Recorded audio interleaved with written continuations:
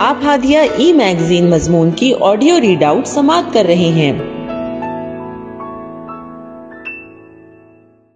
سامعین السلام علیکم ورحمۃ اللہ وبرکاتہ۔ میں نازیہ عمر ہادیہ کے شمارے فروری کے مضمون کی آڈیو پروگرام میں آپ کا استقبال کرتی ہوں۔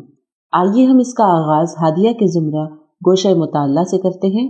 کتاب کا نام خواتین میں اسلامی تحریک اور اس کے مصنف ہے سید سعادت اللہ حسینی، تبصرہ نگار ڈاکٹر خان مبشرہ فردوس۔ اس کتاب کو پڑھنے کے بعد یہ محسوس ہوا کہ یہ کتاب ہر ایک لڑکی کے دل کی آواز ہے، ہر اس لڑکی کی جو اسلامی شعور رکھتی ہے اور اعلیٰ تعلیم حاصل کر رہی ہے۔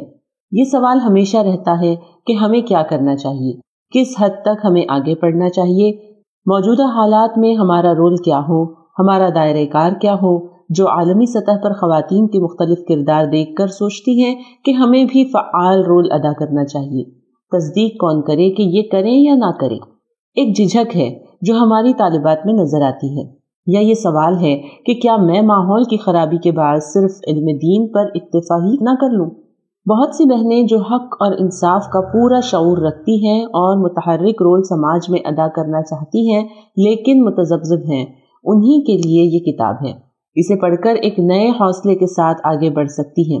مصنف محترم سید سعادت اللہ حسینی اس کتاب میں صنف نازک کے مکمل رول پر ہر پہلو سے رہنمائی کرتے نظر آئیں گے۔ یہ ایک مسلم خاتون کے فعال کردار کا خاکہ پیش کرتی ہے اور ایک خاتون کو معاشرے، سماج اور زندگی کے مختلف میدانوں میں حرکت اور عمل کی راہ سمجھاتی ہے۔ جن موضوعات پر قلم اٹھایا گیا وہ اپنے آپ میں مکمل ہے۔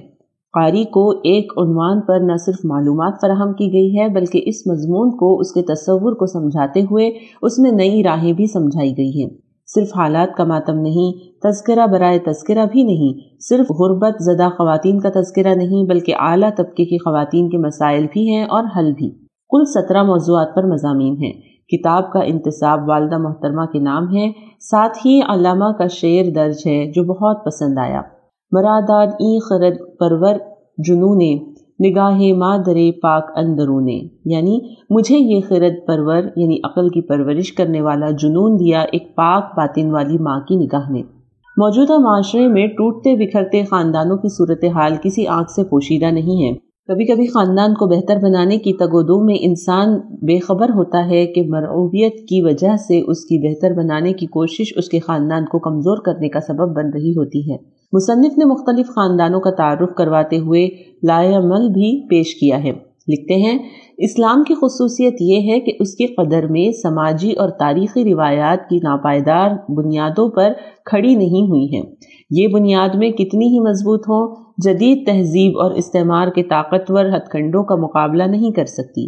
اسلام کی قدروں کی بنیاد نہایت مستحکم ایک مسلمان معاشرہ خاندانی زندگی کی قدروں اور عورت کے نسوانی کردار کا تحفظ کرتا ہے، تو اس کی وجہ صرف یہی نہیں ہوتی کہ اس معاشرے کی قدیم روایتیں اس کا تقاضا کرتی ہے، بلکہ اصل وجہ یہ ہوتی ہے کہ یہ معاشرہ اس پر پختہ ایمان رکھتا ہے کہ یہ خدا کے احکام ہیں جن میں تبدیلی کا اسے کوئی اختیار نہیں ہے۔ یہ پختہ ایمان ہی اس طوفان بلاخیز کا مقابلہ کر سکتا ہے جو جدید مغرب کے دانشگاہوں سے اٹھا اور اب ساری دنیا کی روایتی ڈھانچوں کو ملیامیٹ کرنے پر تلا ہوا ہے۔ یہی وجہ ہے کہ ہم کہتے ہیں کہ اب خاندان اور عورت کے نسوانی وجود کی آخری پناہ گاہ اسلام ہی ہے۔ جو طالبات نئے علمی میدان میں تحقیقی کام کرنا چاہتی ہیں تو سوال ہے کہ کون سا موضوع بہتر رہے گا۔ اس کتاب میں ان سوالوں کا جواب بھی ہے۔ مثلاً ایک مضمون ہندوستان میں خواتین کے ایشوز میں لکھتے ہیں، ہماری کچھ طالبات کو پی ایچ ڈی اور ایم فل کے مقالات کے لیے یہ موضوعات منتخب کرنے چاہیے۔ کال سینٹرز اور سافٹ ویئر کمپنیوں میں خواتین ملازمین کی صورتحال، اعلیٰ سطح کے دفاتر میں خواتین کا جنسی استحصال، ٹی وی سیریلوں کے مشتملات اور ان کے نفسیاتی اثرات، اشتہارات میں عورت کا استحصال، اخبارات میں فحش نگاری اور اس طرح کی دیگر موضوعات پر سائنٹیفک تحقیقات کے ذریعے اچھی رپورٹیں شائع ہوں تو اس سے بھی اس مسئلے کو آگے بڑھانے میں بڑی مدد ملے گی۔ علمی سطح پر کام کرنے کے علاوہ ہماری خواتین کو کوشش کرنی چاہیے کہ وہ قانونی اور انتظامی سطح پر بھی ان مسائل کو اٹھائے۔ اس وقت ہندوستان میں عدالتی فعالیت یعنی جوڈیشل ایکٹیویزم کی صورتحال ایک لحاظ سے ہمارے لیے بہت مفید ہے۔ بہت سے امور میں عدالت سے واضح حکم حاصل کیا جا سکتا ہے۔ عدالتی سطح کے علاوہ خواتین کے حقوق کے لیے کام کرنے والے نیم قانونی ادارے جیسے ہیومن رائٹس کمیشن اور نیشنل ویمن کمیشن میں بھی نفوذ کی کوشش کی جا سکتی ہے۔ یہ کتاب ان ماؤں کے لیے ہے جو تذبذب کا شکار ہے اور اپنی بیٹی کو اعلیٰ تعلیم دلاتے ہوئے پریشان ہے کہ ان کا سماجی رول کیا ہوگا۔ متفکر رہتی ہیں کہ بیٹیوں کو کون سا کام کرنے کی اجازت دیں اور کس کام سے روکیں۔ میں اپنی بیٹی کے کیریئر کی الجھن میں اسے سماج سے کاٹ تو نہیں رہی ہوں، یا لڑکیوں کو معاشی اعتبار سے مستحکم بنانے کی فکر میں جانے انجانے میں انہیں تباہ تو نہیں کر رہی ہوں۔ ان مسائل کو ایڈریس کرتے ہوئے مصنف نے توجہ دلائی ہے کہ جدید نظام سرمایہ داری کو اپنی خدمت کے لیے کم قیمت ملازمین کی بڑی فوج درکار تھی۔ اس نے میڈیا کے ذریعے کیریئر ویمن کا تصور پیش کیا، خاندان اور خاندانی زندگی کی اہمیت گھٹائی، شادی کے ادارے کو بھی بے معنی قرار دیا اور بغیر شادی کے ساتھ رہنے یعنی لیو ان ریلیشن شپ اور بغیر شادی کے جنسی زندگی کیجول سیکس جیسے رواجوں کو فروغ دیا۔ مقصد یہ تھا کہ خواتین خاندان اور بچوں کے جھمیلے میں پڑے بغیر اس کی خدمت کے لیے ہر دم دستیاب رہیں۔ آئی ٹی کمپنیوں، کال سینٹرز اور بی پی او انڈسٹری وغیرہ میں یہ طے شدہ پالیسی موجود ہے کہ نچلی سطح کی ملازمت کے لیے خواتین کو ترجیح دی جائے۔ ایچ آر مینجمنٹ اس کی وجہ یہ بتاتے ہیں کہ خواتین مردوں کے مقابلے میں زیادہ جم کر اور بیٹھ کر کام کر سکتی ہیں، دیر تک کام کرتی ہیں، زیادہ اطاعت شعار ہوتی ہیں، کم تنخواہوں پر آمادہ ہو جاتی ہیں اور چھٹیاں کم لیتی ہیں۔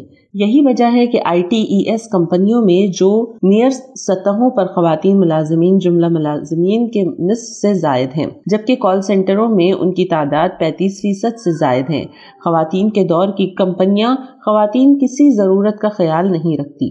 سرمایہ دارانہ نظام میں خواتین استحصال کی نت نئی ترکیبوں کا ذکر کرتے ہیں۔ عورتوں کو مارکیٹنگ کا ذریعہ اور نسوانی جسم کو ایک شے بنا دینا جدید دنیا میں عام بات ہے۔ فیشن اور کاسمیٹک کے نام پر خواتین کے استحصال کی ایک نئی داستان ہے۔ صارفیت اور معاشی دباؤ بڑھا کر عام انسان کی زندگی کو مشکل ترین جدوجہد بنا دیا گیا ہے۔ اس ماحول کا شکار آج مسلم عورت بھی ہے، جبکہ اسلام کا یہ موقف عورت کے لیے ملازمت یا معاشی سرگرمی کو صرف اس کی دنیا ہی یا اضافی خدمت تک محدود کرتا ہے۔ عام حالات میں عورت کوئی معاشی مصروفیت اختیار نہیں کرے گی۔ اگر کرے گی تو یا تو اپنے آپ کو مصروف رکھنے اور اپنے ذوق کی تسکین کے لیے، یا اپنے علم و فن کو استعمال کرنے کے لیے، یا کسی بڑی تمدنی اور سماجی ضرورت کی تکمیل کے لیے۔ لیکن چونکہ یہ کام اس کی ذمہ داریوں میں شامل نہیں ہے، اس لیے اس کام کے لیے نہ اسے تناؤ برداشت کرنے کی کوئی ضرورت ہے، نہ کسی پریشانی کو جھیلنے کی۔ اگر اس کے حالات اور کام کرنے کی جگہ کے حالات سازگار ہیں، یا مصروفیت اس کے لیے ایک خوشگوار مشغلہ ہے اور اس مصروفیت کے ساتھ اس کی خاندانی ذمہ داریوں اور دینی اور شرعی تقاضوں کی تکمیل بآسانی ممکن ہے، تو وہ خود اپنے فیصلے سے اور شوہر کی اجازت سے ایسی مصروفیت اختیار کر سکتی ہے۔ نیرو کاسٹنگ کیا ہے؟ اس کی تفصیل کچھ اس طرح سمجھاتے ہیں کہ سوشل میڈیا الگ الگ خیالی کائناتیں، ورچوئل یونیورسز درجے بالا مقاصد لینے، نیورو کاسٹنگ کے لیے ناظرین کو الگ الگ طبقات میں تقسیم کیا جاتا ہے۔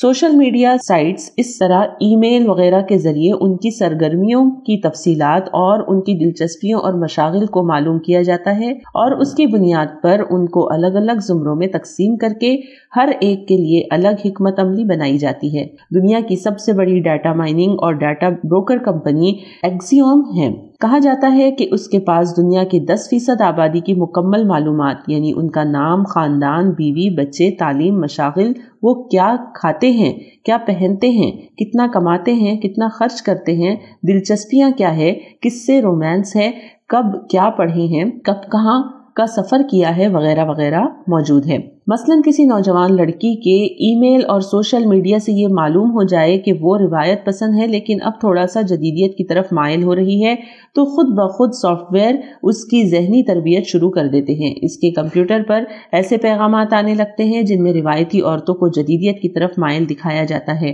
اس کے جذبات اور وجدان کو بہت چالاکی سے جدید طرز زندگی کے لیے بتدریج تیار کرایا جاتا ہے، یہاں تک کہ وہ مغربی ملبوسات وغیرہ خریدنے پر آمادہ ہو جائے۔ جیسے ہی فلپ کارٹ سے ایک چست جینز آرڈر کرتی ہے، اس کا ڈیٹا میں اپ ڈیٹ ہو جاتا ہے۔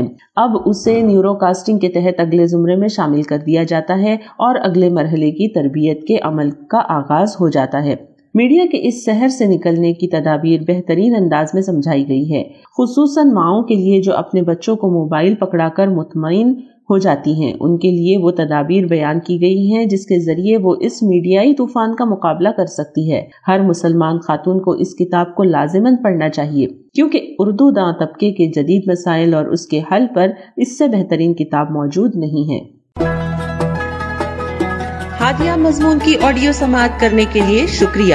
امید ہے کہ آپ کو پسند آیا ہوگا۔ ہمیں آپ کے مشورے کا انتظار رہے گا۔ اپنا مشورہ، تبصرہ اور مضامین editor@hadia.in پر ارسال کریں اور ہادیہ ای میگزین کے مضامین کو پڑھنے کے لیے ویب سائٹ www.hadia.in سبسکرائب کریں۔ انشاءاللہ ہم اگلے ہادیہ ای میگزین کے شمارے سے دلچسپ مضامین کی آڈیو لے کر حاضر ہوں گے۔ تب تک کے لیے اجازت، اللہ حافظ۔